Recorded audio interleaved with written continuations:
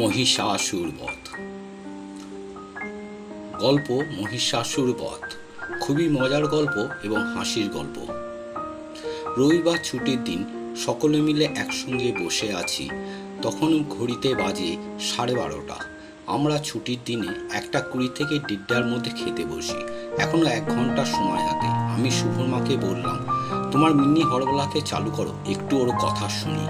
শুভর মা বলল, না থাক, যা করছে করুক, এক্ষুনি বকতে শুরু করলে আর থামবে না। আমি বললাম, সামলে নেব, তুমি শুরু তো করো। হ্যাঁ মা। হ্যাঁ রে শুভ, শুনলাম তোরা নাকি নাটক করছিস। শুভ কথা শেষ না হতে হতে এফএম চালু হয়ে গেল। মা, বেশ উৎপাত করলে জেনে রাখিস দুপুরে খাওয়া বন্ধ। শুভ একদম সুর করে বলল, মা জানো, আমরা না মহিষাসুর বধ নাটক করছি। আমি মহিষাসুর হব। যা অভিনয় করছি না, সবাই বলছে শুভ ফাটিয়ে দিচ্ছে।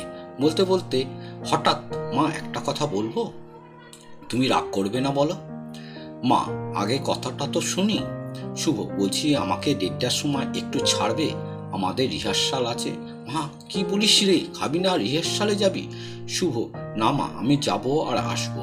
মা, আমি জানি না তুই কি করবি। শুভ, যেতে দাও না মা, সবাই আসবে, শুধু আমি যাব না, ওরা কি মনে করবে বলো তো? যাবি যা, কিন্তু একটা শর্ত আছে। শুভ, হ্যাঁ শর্তটা বলো তুমি। মা, কারোর বাড়িতে দুপুরে লোকে এলে তাকে আমরা বলি খাওয়া দাওয়া করে যাও। তুইও তো দুপুরবেলাতেই তোর বন্ধুর বাড়ি যাবি বলছিস, আশা করি তোকে খাওয়ার কথা বলবে, তুই খেয়ে নিবি তো? শুভ, আমি কারো বাড়ি খাই। মা, খাস না, এবার থেকে খাবি। ভেবে দেখ কি করবি, বিষয়টা তোর, তুই যাবি না যাবি না। শুভ খানিকক্ষণ চুপ করে থেকে তারপর বলল, না যাব না, বিষয়টা খুব চাপের হয়ে যাচ্ছে।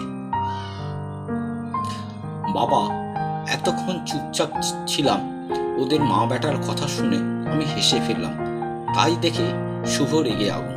শুভ, ও আমি বুঝেছি, তার মানে তুমি হচ্ছ নাটের গুরু, আমাকে নিয়ে টাইম পাস এতক্ষণ মজা নিচ্ছিলে বলো? বাবা, কেন ভাবছিস যাবি খুনি, বিকেলে যাবি, চল খাওয়া দাওয়া খেয়ে এনে এইবার খাওয়া দাওয়া করা যাক। গল্পটি ভালো লাগলে অতি অবশ্যই লাইক শেয়ার করতে ভুলবেন না কিন্তু। নমস্কার।